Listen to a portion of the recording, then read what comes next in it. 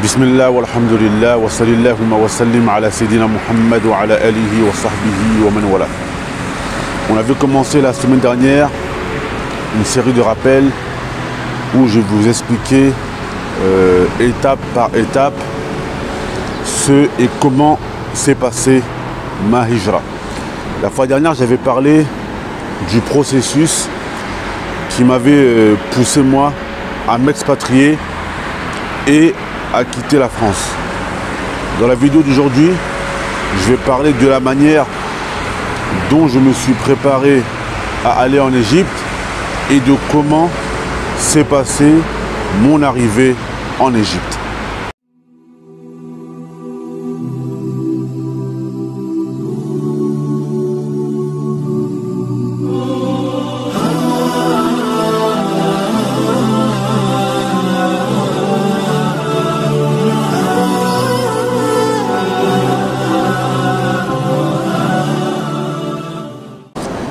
Allah tabaraka wa ta'ala nous dit dans son livre saint wa tazawwadu fa inna khayran zadi taqwa, et prenez vos provisions et la meilleure des provisions c'est la piété. Alors là, je suis vraiment déterminé, j'ai envie d'aller étudier en Égypte. Au jour d'aujourd'hui, il y a une prolifération des réseaux sociaux.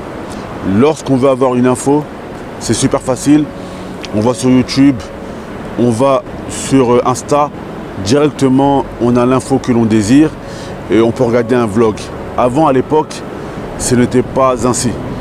En 2010, il était très compliqué d'avoir des infos sur le pays dont on veut aller. On pouvait aller sur YouTube, mais c'était compliqué d'avoir des vidéos. Mais alhamdoulilah, il y avait une personne qui avait eu l'astucieuse idée de monter un forum qui s'appelait Hijra en Égypte.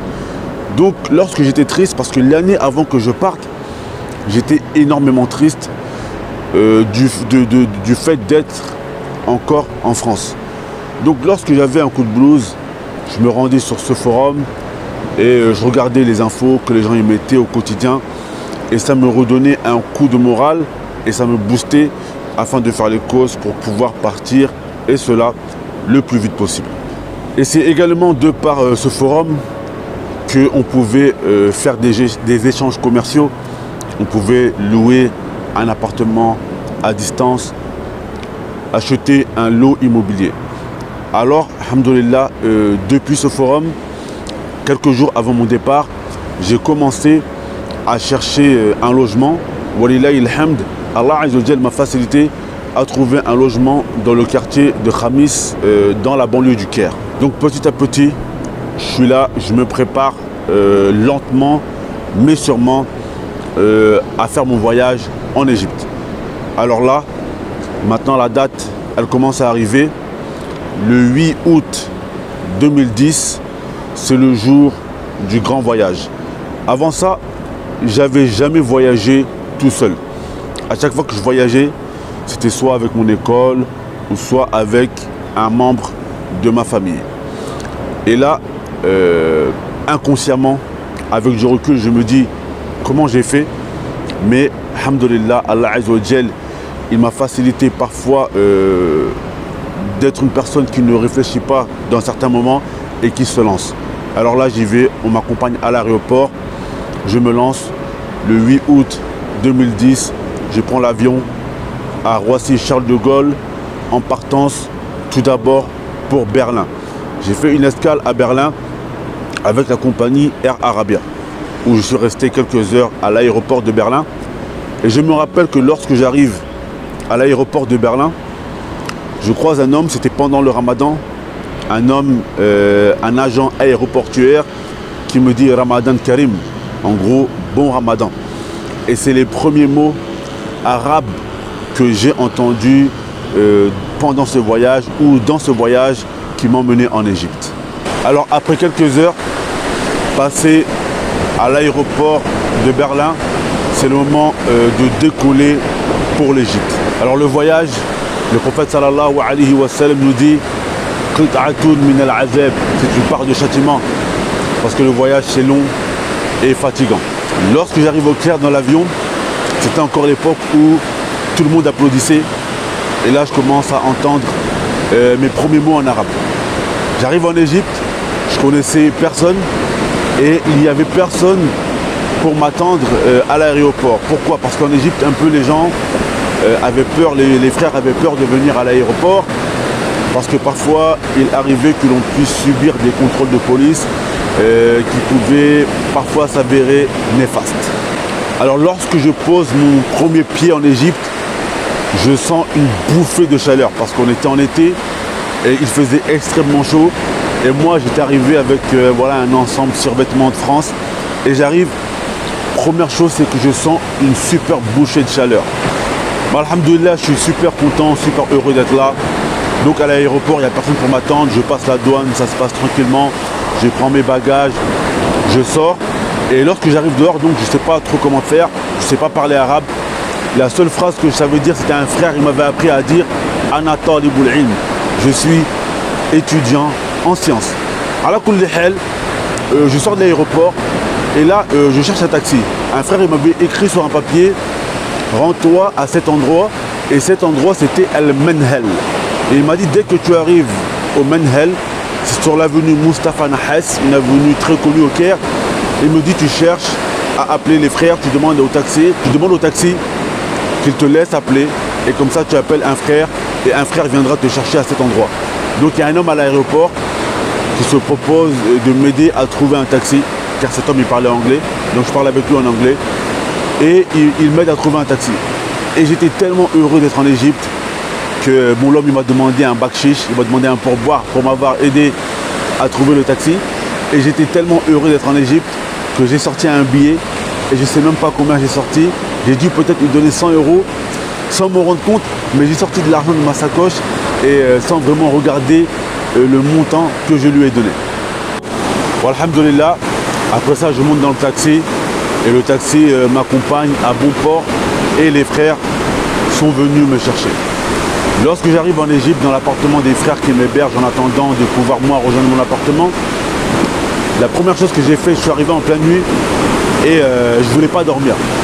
Je ne voulais pas dormir parce que moi, j'avais jamais entendu l'adhan de ma vie dans un pays musulman. Donc qu'est-ce que je fais, c'est que je suis descendu de l'appartement et j'ai attendu dehors pour pouvoir entendre l'adhan. Et dès que j'ai entendu l'adhan, franchement, c'était un moment super émouvant parce que de ma vie, j'avais jamais entendu cela. J'avais jamais été à la Mecque, j'avais jamais été au Maroc, j'avais jamais voilà, visité un pays musulman. Et c'est la première fois que j'entends l'adhan qui est retenti dans une mosquée. Donc après ça, alhamdoulilah, j'ai commencé, les frères ils ont commencé à me faire visiter un peu la ville du Caire, le quartier. Et il y a un frère qu'Allah Azza wa Jal le récompense, il m'a aidé à meubler mon appartement complètement. Il a vraiment pris du temps afin de rester avec moi, afin de me montrer voilà, où on achète ceci, où on achète cela. Et par la permission d'Allah Azza wa Jal, quelques temps après cela, j'ai pu entrer dans un markez et commencer à apprendre l'arabe, ce que j'étais venu rechercher. Et Allah Azza wa Jal, il m'a facilité que j'ai pu rester pendant 2 années à apprendre, à comprendre. Et parmi toutes les années que j'ai vécues dans ma vie, je pense que ça fait partie des plus belles années et des plus belles choses que j'ai pu vivre dans ma vie. Connaître une nouvelle culture, connaître un nouveau pays, connaître une nouvelle manière de vivre. Voilà, quitter sa famille, quitter ses parents, c'est pas quelque chose de facile. Mais aujourd'hui, je ne le regrette pas parce que ça m'a apporté une grande richesse dans ma vie. Aujourd'hui, les bienfaits de ce voyage en Égypte, je le vois encore dans mes enfants parce qu'aujourd'hui, si mes enfants ils arrivent à pouvoir parler et comprendre l'arabe, c'est parce qu'Allah Azza wa Jal, il m'a facilité d'avoir fait ce voyage en Égypte. Et pour finir, quel bilan ai-je tiré de ces 2 années passées en Égypte?